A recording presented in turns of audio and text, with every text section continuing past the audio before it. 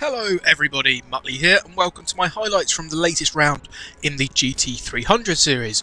As you can see, this race I'm starting on pole in B lobby. So here we are then, off the start, and it is a very good start. The reactions of the BRZ alongside me not quite matching my own, so we get the inside into turn 1, through turn 2 as well. Turns 1 and 2 are both part of that long right hand around here. And then into turn 3 we're going to go a little bit defensive, just stick to the inside, make sure the BRZ can't stick his nose up the inside, and we're going to do the same thing again, sort of through turn 4, just making sure we hit the apex and get a good exit, so that basically I can stay in this first position. So that's half a lap done then, and we're already settled into at least a single file train, as it were. Things are often a lot more hectic for a lot longer on lap 1, and this is now coming to the end of lap 1, and now you'll see just how long it's settled for as we jump all the way onto the start of lap 9, because I led in the lead quite quietly on my own for ages, but now this BRZ is back with a bang, and a little bit of contact there in between turn 1 and 2, but a little bit of contact like that ain't nothing. Into turn 3 then, again just going defensive, making sure it's not blocking as such, but I suppose depending on your turn of phrase sometimes you do call it blocking, just making sure that he can't get past on the line that he wants to get past on, basically. So again, it's all about defend, defend, defend. Into turn 1 again on lap 10, and I don't have to defend this time. There's a little bit of a gap, that means I don't need to, and as we go to turn 3 you'll see that with a much wider entry, giving me theoretically a faster lap time on a better racing line, but obviously I'm not going to do that if I'm defending. And it's turn 4 where I make the mistake, just jumping all up over the curb and giving myself a terrible run down towards turn 5, and there is a BRZ right on my back bumper. Turn 5 through the uphill, once again I make just another little mistake, clip the wall, wheels on the grass on the exit, and that's just going to hinder the run for the rest of my lap. Missing the apex through turn 6 there as well. Going downhill now into the final corner, up onto the curb. I'm off the throttle again, a lot more than I want to be, and it's just a very, very scruffy lap, and that's all the invitation the BRZ needs to dive to the inside. I've tried to go defensive, I'm trying to squeeze him, but he is going to have that inside line, so I try and stick it around the outside, but he does manage to clear me. I try and cut back, but I'm cutting back to the wrong side of the track, so I try and cut back again, but I tap the rear and don't get my nose alongside, so I stay wide. I go for the third cut back, and once again I don't get my nose up the inside. I give his rear a little bit of a tap, and I mean, I'm not going to go and try and do anything into the uphill, so I just file back in and try and fight another day, and that other day could come very quickly as I stay on his bumper around turn 5, heading into the downhill, into the final corner, and he just runs a little bit wide. I didn't even try and go for a move there, I was just taking my racing line, and I flew up the inside. I can't believe we managed that without any contact. We were almost banging wing mirrors there as we run down towards turn 1, and this time I'm on the inside as we start the penultimate lap round turn 1. He's got that half a car length ahead. Is there a tiny bit of contact there? There definitely is there. And I pull slightly back ahead between turns 2 and 3, but once again I'm on the outside, and I completely just misjudge how much room I need to give him. He had a very shallow entry, so I was trying to sort of swoop round and take the position, but basically I didn't give him enough room.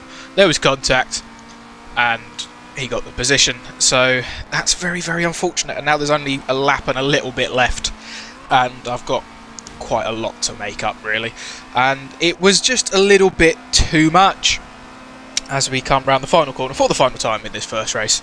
You can see the gap maybe come down a little bit, but it would be P2 for me. Obviously not ideal when you drop positions off the grid, but I started on pole and I got a podium, so you can't be too displeased either. And also you can see in the results my teammates were 6th and 7th, Delete specifically doing very well, moving up from 11th. So on to race 2 then, and with the reverse grid I would be starting in 5th position this time, once again alongside the BRZ. And once again I'd get a pretty good start. Not perhaps as good as it was in the first race, but I do beat the BRZ into turn 1, and I've got that all important inside line.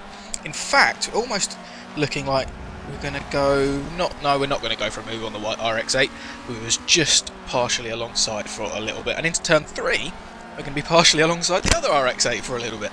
But again, not managing to get the position. In fact, a tiny bit of contact just sent me that little bit wide. And it was all the BRZ needed to get the good exit and take the position off me. So not an ideal start. Very much not ideal. A little bit of a slide through the uphill. Fortunately, not going to cost me too much. But enough about me, because I'd completely forgotten to mention that with the reverse grid, Shep, after finishing 6th in the first race, started this one on pole and has still managed to maintain his lead for the entirety of the first lap, although I can see him going defensive up ahead as I say that. Anyway, that was the first lap of the race. On to lap 2, and yeah, I jinxed him, didn't I? Because I've just seen up ahead, there's an S2000, it's just made the move. And you can see on the left-hand side as well, the lead has changed. Shep's down into 2nd. Although, can he go and get the... I thought he was going to make a move back then. Ignore me. Anyway, yeah, back to me. I'm rubbish. Made a mistake, dropped back. Fortunately, there was no one close behind, so I didn't lose any positions. But I've definitely lost a lot of time. On to the start of lap 4, and you wouldn't know it yet, but a safety car has just been called. As we come out of turn 2, you can see all slowing down to 60 miles an hour to coast around. It's a bit like a virtual safety car, but we all bunch up at the same time without an actual safety car. It's quite confusing, but you can see in the bottom left there's loads of cars down in the pit lane at this point. And going into the pit lane under the safety car was seemed to be a very popular choice, as 5 of the top 6 all decided to go in. Obviously, if you pit under a safety car, there's a lot smaller time loss than if you pit under the green flag running. Last time, in the last video, I made up a position under the pit stops. This time, it was not to be. So here we go then. Dropping to P9 for the restart. But there are some cars ahead that haven't pit. Can I move up to P8 immediately on the inside of the green RX-8? I might have briefly had my nose ahead, but he's done very well. Held it around the outside, and then he's got the inside into turn 3. So, no, I'm not going to be able to get P8 immediately. Can we do it on a bit of a tighter exit out of turn 4? Once again, no. Wow, that RX-8 was very quick off of that corner. Later on that lap then, as we come round the final corner, there's a couple of cars going wide there. We've got, I think that's Shep leading this group of 4, who's got back ahead of the S2000 that passed him earlier, but the white RX-8 goes deep, taps Shep, and he runs off the track, and the green RX-8 goes deep and taps the other car off the track. And I've just been absolutely gifted 3 positions, and the green RX-8 made 3 up as well. I think the phrase might be controversial circumstances, but I certainly didn't do anything wrong, and I will gladly take 3 positions. And tell you what, I'm up to 4th now because of people pitting. Can I make it up to 3rd? I get through, but no, I don't, because I run deep. And tell you what, we was very fortunate that little bit of contact didn't lead to more than what happened. Like, we literally just saw how bad a little bit of contact can be going into turn 1. Fortunately, we got away with that, and my blushes were spared. A little bit of a tap as we come out of turn 4, though, hinders us both on the exit. And the S2K, despite running wide just a couple of laps ago, is right back with us, but someone's gone off ahead. He's rolling back onto the track.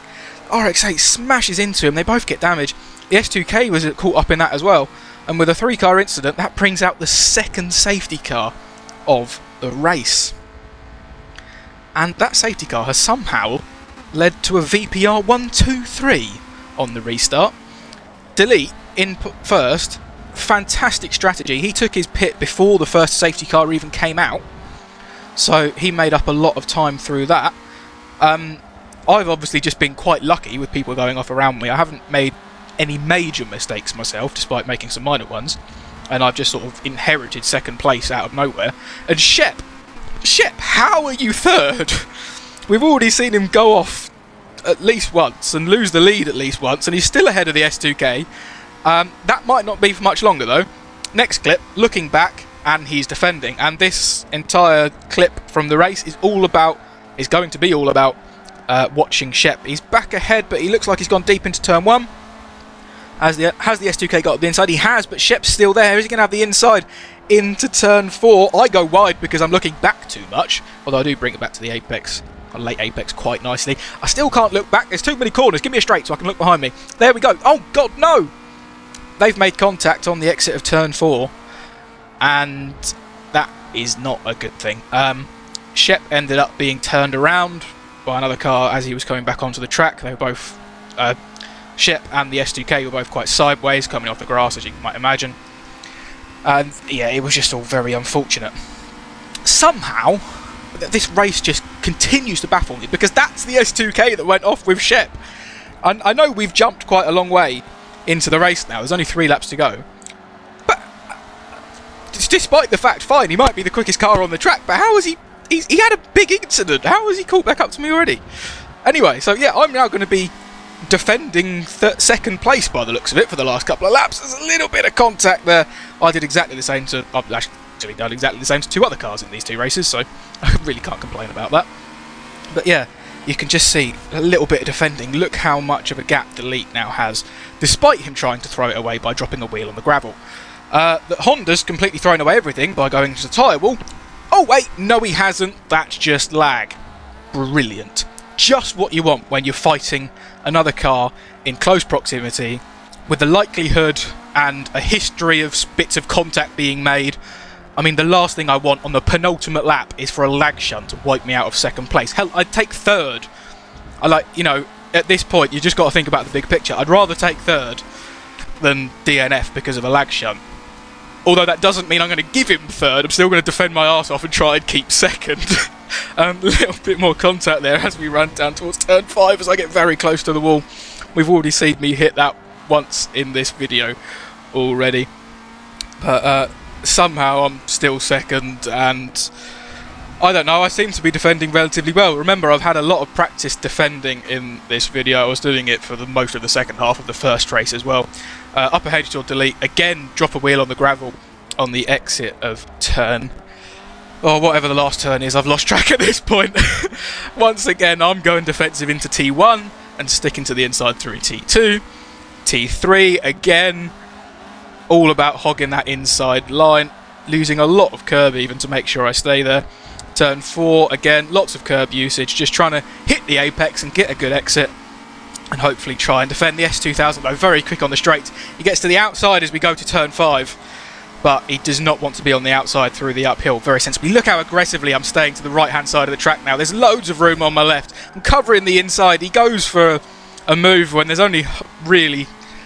well, there's half a gap and less than half a chance, but it was only a minor bit of contact. Again, it might have been lag involved. I don't know. But that's it now. We've done all the corners. It's just a run to the line, and the S2000's far too far back to get me at this point. And I do come across the line for my second place in the 2 races.